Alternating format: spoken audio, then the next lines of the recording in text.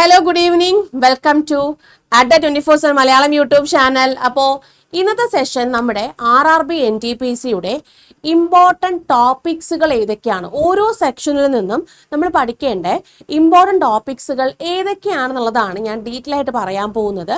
അപ്പോൾ ഞാൻ കുറേ പ്രീവിയസ് ഇയർ ക്വസ്റ്റ്യൻ പേപ്പേഴ്സ് ഒക്കെ ഒന്ന് നോക്കിയതിന് ശേഷം ഏതൊക്കെയാണ് നമുക്ക് ഏറ്റവും ഇമ്പോർട്ടൻ്റ് ആയിട്ട് വരുന്ന രീതിക്ക് എങ്ങനെയൊക്കെയാണെന്ന് പഠിക്കേണ്ടത് എന്നുള്ള കാര്യങ്ങളാണ് ഇന്ന് ഡീറ്റെയിൽ ആയിട്ട് പറയാൻ പോകുന്നത്. അപ്പോൾ മിസ് ചെയ്യാണ്ട് തന്നെ നിങ്ങൾ ലാസ്റ്റ് വരെ കാണുക.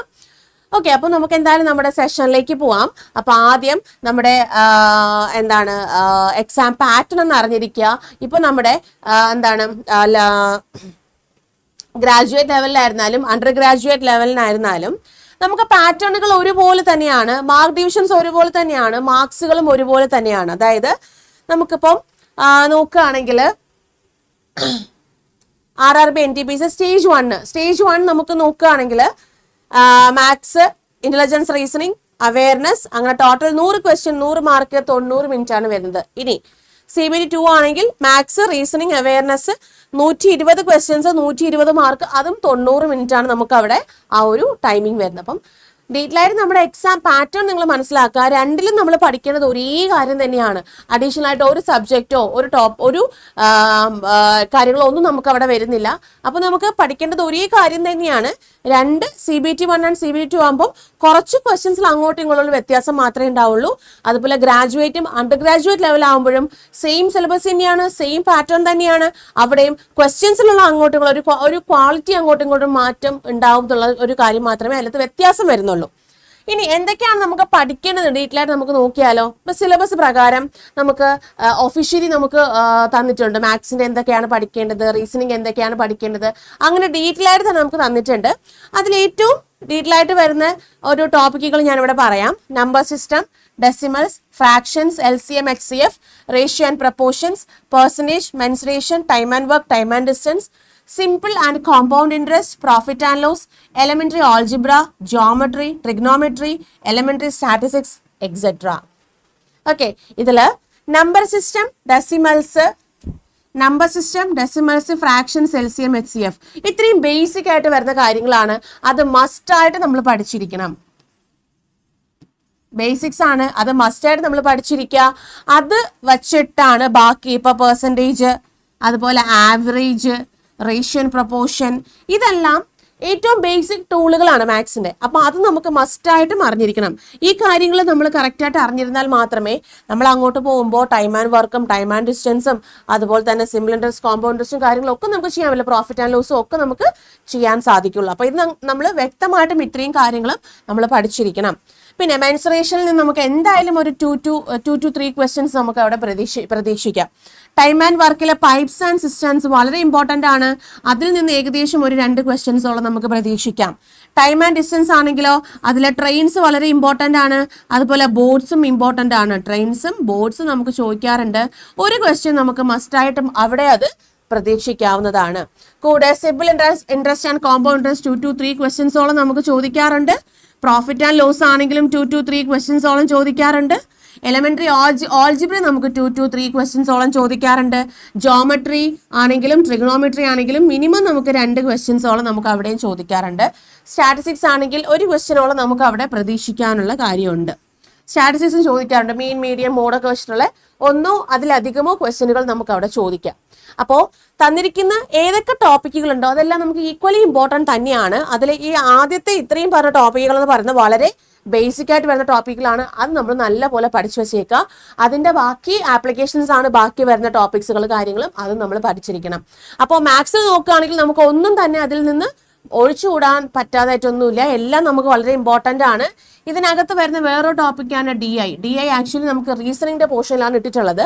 DI എന്ന് പറഞ്ഞാൽ ഗ്രാഫ്സ് യൂസ് ചെയ്യുന്നതാണ്. ഇപ്പോൾ പൈ ചാർട്ട്, അതുപോലെ ബാർ ഡയഗ്രാം, പിന്നെ ടേബിൾ ഡയഗ്രാം, ഇങ്ങനെ നമുക്ക് ഡയഗ്രാംസ് അല്ലെങ്കിൽ ചാർട്ടുകൾ തന്നിട്ട് അതിൽ നിന്നും ക്വസ്റ്റ്യൻ ചോദിക്കുന്നതാണ്. ഇത് മസ്റ്റായിട്ട് വരുന്ന ക്വസ്റ്റ്യൻ ആണ്. ഇത് 2 or 3 ക്വസ്റ്റ്യൻസോളം നമുക്ക് ഇതിനകത്തുനിന്ന് വരാൻ സാധ്യത കൂടുതലാണ്. അതുകൊണ്ട് അത് നമുക്ക് വളരെ ഇമ്പോർട്ടൻ്റ് ആയിട്ട് പഠിക്കേണ്ട കാര്യമാണ്. ഓക്കെ, മാത്സിന്റെ ഇമ്പോർട്ടൻറ്റ് ടോപ്പിക്സ് മനസ്സിലായല്ലോ. ഇനി നമുക്ക് ഇന്റലിജൻസ് ആൻഡ് റീസണിങ്ങിന്റെ കാര്യം നോക്കാം. അതിൽ നോക്കുകയാണെങ്കിൽ അനലോഗീസ്, completion of number and alphabetical series, coding, decoding, analogy നമുക്ക് ഏകദേശം 3 ടൈപ്പോളം ഉണ്ട്. അതിൽ ഏകദേശം ആ ടൈപ്പുകളെല്ലാം നമുക്ക് ചോദിക്കാറുണ്ട്. 2 ക്വസ്റ്റ്യൻസോളം ചോദിക്കാറുണ്ട്. സീരീസ് ആണെങ്കിലും ഒരു 2 ക്വസ്റ്റ്യൻസോളം ചോദിക്കാറുണ്ട്. ആൽഫബറ്റും നമ്പർ സീരീസും പക്ഷെ നമുക്ക് 2 ക്വസ്റ്റ്യൻസോളം ചോദിക്കാറുണ്ട്. കോഡിംഗ് ഡീകോഡിംഗ് നമുക്ക് നമ്മുടെ ചൈനീസ് കോഡിങ്ങും ചോദിക്കാറുണ്ട്, സാധാ കോഡിങ്ങും ചോദിക്കാറുണ്ട്. അതും നമുക്ക് 2 ക്വസ്റ്റ്യൻസോളം ചോദിക്കാറുണ്ട്. മാത്തമെറ്റിക്കൽ ഓപ്പറേഷൻസ് ചില ക്വസ്റ്റ്യൻ പേപ്പറിൽ 3-4 ക്വസ്റ്റ്യൻസോളം ചോദിച്ചു കണ്ടിട്ടുണ്ട്. ഓക്കെ, സിമിലാരിറ്റീസ് ആൻഡ് ഡിഫറൻസസും നമുക്ക് ഒരു 2 ക്വസ്റ്റ്യൻസോളം വരാറുണ്ട്. റിലേഷൻഷിപ്പ് നമുക്ക് എന്തായാലും ഒരു 2 ക്വസ്റ്റ്യൻസോളം വരാറുണ്ട്. അനലിറ്റിക്കൽ ഏകദേശം ഞാൻ പറഞ്ഞ ഒരു 30 ക്വസ്റ്റ്യൻസ് ആണ് നമുക്ക് ഇതിനകത്തുനിന്ന് വരുന്നത് അല്ലേ. അപ്പോൾ എല്ലാത്തിൽ നിന്നും ഇമ്പോർട്ടൻ്റ് ആയിട്ട് വരുന്ന ഓരോ ഷിഫ്റ്റുകളിൽ ഓരോ രീതിക്കാണ് അവിടെ ചോദിക്കുന്നത്. ഓക്കെ, അപ്പം എന്തായാലും നമ്മൾ പഠിക്കുമ്പോൾ കംപ്ലീറ്റ് കാര്യങ്ങളൊന്നും പഠിച്ചു വെച്ചേക്കുക. അനലിറ്റിക്കൽ റീസണിങ്ങിൽ നിന്ന് നമുക്ക് 2 ക്വസ്റ്റ്യൻസോളം വരാറുണ്ട്. സിലോജിസം, അതുപോലെ ജംബ്ലിംഗ്, വെൻ ഡയഗ്രാംസ്, ഇതെല്ലാം കൂടെ ചേർത്തിട്ട് ഒരു 2 ക്വസ്റ്റ്യൻസോളം നമുക്ക് വരാറുണ്ട്. പസിൽസിൽ നിന്ന് എന്തായാലും ഒരു ക്വസ്റ്റ്യൻ കാണും. ഡേറ്റ സഫിഷ്യൻസിൽ നിന്ന് ഒരു ക്വസ്റ്റ്യൻ കാണും. Statement, conclusion, course of action, ഇതെല്ലാം കൂടെ ചേർത്ത് ഒരു ക്വസ്റ്റ്യൻ നമുക്ക് ചോദിക്കാം. ഡിസിഷൻ മേക്കിംഗിൽ നിന്ന് ഒരു ക്വസ്റ്റ്യൻ മസ്റ്റായിട്ടും കാണും. പിന്നെ ഈ പറയുന്ന കാര്യങ്ങളാണ് ഞാൻ മാത്സിൽ പറഞ്ഞത്, ഇന്റർപ്രിട്ടേഷൻ ഓഫ് ഗ്രാഫ്സും മാപ്സും. ഇതെന്തായാലും മാപ്സ് ഉദ്ദേശിക്കുന്ന ഡിസ്റ്റൻസ് ആൻഡ് ഡയറക്ഷൻ ആവാനാണ് സാധ്യത കൂടുതൽ കേട്ടോ, ഡിസ്റ്റൻസ് ആൻഡ് ഡയറക്ഷൻ. അപ്പൊ ഡയറക്ഷനിൽ നിന്ന് ഒരു ക്വസ്റ്റ്യൻ നമുക്ക് ചോദിക്കാം. ഇന്റർപ്രിട്ടേഷൻ ഓഫ് ഗ്രാഫ്സ് നമ്മൾ DI ആണ്, അത് ഞാൻ നേരത്തെ പറഞ്ഞ പോലെ തന്നെ നമുക്ക് അവിടെ ചോദിക്കാം. അപ്പോൾ മാത്സ് ആയാലും റീസണിങ് ആയാലും 30 ക്വസ്റ്റ്യൻസ് വീതം വെച്ചാൽ നമുക്ക് വരുന്നത്.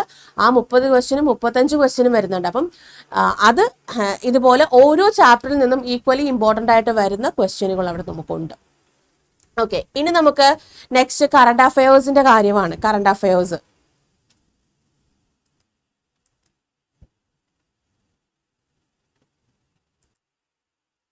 ഓക്കെ, കറണ്ട് അഫയേഴ്സ് ആണ്. കറണ്ട് അഫയേഴ്സ് വരുമ്പോൾ സ്പോർട്സ് പേഴ്സൺസ് ഏറ്റവും റീസെന്റ് ആയിട്ട് വന്നിട്ടുള്ള, അതായത് ഇപ്പോൾ ഒരു 2022 തൊട്ട് നമുക്ക് ഇമ്പോർട്ടൻ്റ് ആയിട്ട് വരുന്ന കാര്യങ്ങളുണ്ട്. 2022 to 2025 ഏറ്റവും റീസെന്റ് ആയിട്ട് വരുന്നത് ഒരു 2023 തൊട്ട് 25 വരെയുള്ളതെങ്കിലും നമ്മൾ മിനിമം പഠിച്ചു വെച്ചേക്കുക.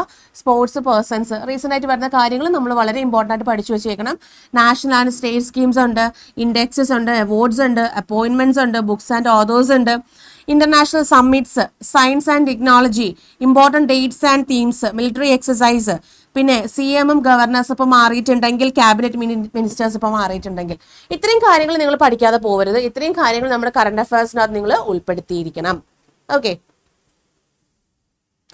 അടുത്ത് അവയർനെസ് നോക്കുമ്പോൾ ഹിസ്റ്ററി, പൊളിറ്റി, ഇക്കണോമിക്സ്, ജോഗ്രഫി എല്ലാം നമുക്ക് അതിനകത്ത് ഇമ്പോർട്ടൻ്റ് ആയിട്ട് science and technology, science related സബ്ജക്റ്റുകൾ, ഇതൊക്കെ നമുക്ക് വളരെ ഇമ്പോർട്ടൻ്റ് ആണ്. നമുക്കിപ്പോൾ റീസെന്റ് പേപ്പേഴ്സിൽ ചോദിച്ചിട്ടുള്ള കുറച്ച് കാര്യങ്ങൾ ഞാൻ ഇതിനകത്ത് പറയാം. വൈറ്റമിൻസ് ആൻഡ് ഡിസീസ് ക്വസ്റ്റ്യൻസ് ഉണ്ടായിരുന്നു.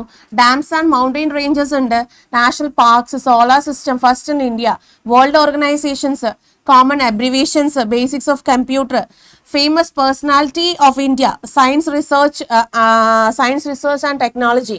പിന്നെ ഹിസ്റ്ററിയിൽ വരുമ്പോൾ ഫ്രീഡം സ്ട്രഗിൾ, പിന്നെ കോൺസ്റ്റിറ്റ്യൂഷൻ ഇമ്പോർട്ടൻ്റ് ആർട്ടിക്കിൾസ് വളരെ ഇമ്പോർട്ടൻ്റ് ആണ്. Historical battles, books and others, അതായത് ഓതേഴ്സ് ആണ് ഉദ്ദേശിച്ചത് കേട്ടോ. Monuments and temples, folk dances, festivals, head quarters and locations, പിന്നെ എംപറേഴ്സ് ആൻഡ് ഡൈനാസ്റ്റി, അമെൻമെന്റ്, rivers and lakes, Indus valley civilisation, 2011 census, India and its states, പിന്നെ chemical names, SI units and PH values ഒക്കെ important ആയിട്ട് നമുക്ക് ചോദിച്ചിട്ടുള്ള, കഴിഞ്ഞ എക്സാമുകളിൽ ചോദിച്ചിട്ടുള്ള ക്വസ്റ്റ്യനുകൾ പ്രകാരം വെച്ചിട്ടുള്ള ടോപ്പിക്കുകളാണ് ഇത്രയും പറഞ്ഞിട്ടുള്ളത്. അപ്പോൾ ഏറ്റവും ഇമ്പോർട്ടൻ്റ് ആയിട്ട് വരുന്ന കാര്യങ്ങൾ, ഇത്രയും കാര്യങ്ങൾ നമുക്ക് ഇതിനകത്തുണ്ട്, അതായത് അവയർനെസ്സിനകത്തുണ്ട്. അപ്പോൾ ഇത്രയും കാര്യങ്ങൾ നിങ്ങൾ ഒരിക്കലും നോക്കാണ്ട് പോവരുത്. നമ്മൾ നോക്കി കറക്റ്റായിട്ട് തന്നെ നിങ്ങൾ എന്ത് ചെയ്യാം, അത് നോക്കി തന്നെ പോവുക. അപ്പൊ നിങ്ങൾക്ക് നോക്കി പോകാൻ വേണ്ടിയിട്ട് നമുക്ക് GK GSന്റെ ഒരു ബുക്ക് അവൈലബിൾ ആണ് കേട്ടോ. GK GSന്റെ ബ്രഹ്മാസ്ത്ര NCERT ലേറ്റസ്റ്റ് പാറ്റേൺ അനുസരിച്ചുള്ള ബുക്ക് അവൈലബിൾ ആണ്. 217 രൂപയാണ്. ഏകദേശം എനിക്ക് തോന്നുന്നു 180 രൂപ അടുപ്പിച്ച് നമുക്ക് കിട്ടും. Y340S കൊടുത്തു കഴിഞ്ഞാൽ ഇപ്പൊ നമുക്ക് ഓഫറും കൂടെ വരുന്നുണ്ട്. ഓഫറിൽ കുറച്ചും കൂടെ റിഡക്ഷനിൽ നിങ്ങൾക്ക് ആ ഒരു ബുക്ക് നിങ്ങൾക്ക് ലഭിക്കുന്നതായിരിക്കും. അതുപോലെ തന്നെ ഇപ്പോൾ നമുക്ക് RRB NTPC പ്രിപ്പയർ ചെയ്യാൻ ഉദ്ദേശിക്കുന്നവർക്ക് നമ്മുടെ ട്രാക്ക് ബാച്ച് 3 CBT 1 CBT 2 കൂടെ ചേർന്നുള്ള ബാച്ച് 3 നമുക്ക് അവൈലബിൾ ആണ്. 200 അവേഴ്സിന്റെ ഓൺലൈൻ ലൈവ് ക്ലാസ്സുകളും 30 ടെസ്റ്റ് സീരീസുകളും 48 ബുക്കുകളും ഒരു ബുക്കും കൂടെ ചേർത്തിട്ട് 2933 രൂപയാണ്. Y340 യൂസ് ചെയ്യുകയാണെങ്കിൽ ഇപ്പൊ നിങ്ങൾക്ക് പ്രൈസ് ഡ്രോപ്പ് ഉണ്ട്. അതിൽ നിങ്ങൾക്ക് നല്ലൊരു പ്രൈസ് ഡ്രോപ്പിൽ ഈ ഒരു ബാച്ചിലേക്ക് നിങ്ങൾക്ക് ജോയിൻ ചെയ്യാം. ഇത് ഓൾറെഡി സ്റ്റാർട്ട് ചെയ്ത ബാച്ചാണ്, നിങ്ങൾ ജോയിൻ ചെയ്യുക. കൂടാതെ നിങ്ങൾക്ക് ടെസ്റ്റുകൾ കാര്യങ്ങൾ എഴുതാൻ വേണ്ടിയിട്ട് DTP ഡിജിറ്റൽ ടെസ്റ്റ് പേപ്പേഴ്സ് നമുക്ക് അവൈലബിൾ ആണ്. 20 ടെസ്റ്റുകൾ അടങ്ങുന്ന ഒരു ബുക്ക് അവൈലബിൾ ആണ്. ഇത് നമ്മുടെ ബാച്ചിനൊപ്പം ഫ്രീ ആണ്. ബാച്ച് പർച്ചേസ് ചെയ്യുകയാണെങ്കിൽ ഫ്രീ ആണ്, അല്ലെങ്കിൽ നിങ്ങൾക്ക് സെപ്പറേറ്റ് ആയിട്ട് മേടിക്കാം. ഇത് ഏകദേശം 300 രൂപയാണ്. ഇതിൽ നിന്നും കുറച്ചുകൂടെ കുറവുണ്ട്. Y340 എന്ന് പറഞ്ഞ കൂപ്പൺ കോഡ് യൂസ് ചെയ്ത് കഴിഞ്ഞാൽ. ഓക്കെ, അപ്പൊ ഇത്രയും കാര്യങ്ങളൊന്ന് ഓർത്ത് വെച്ചിരിക്കാം.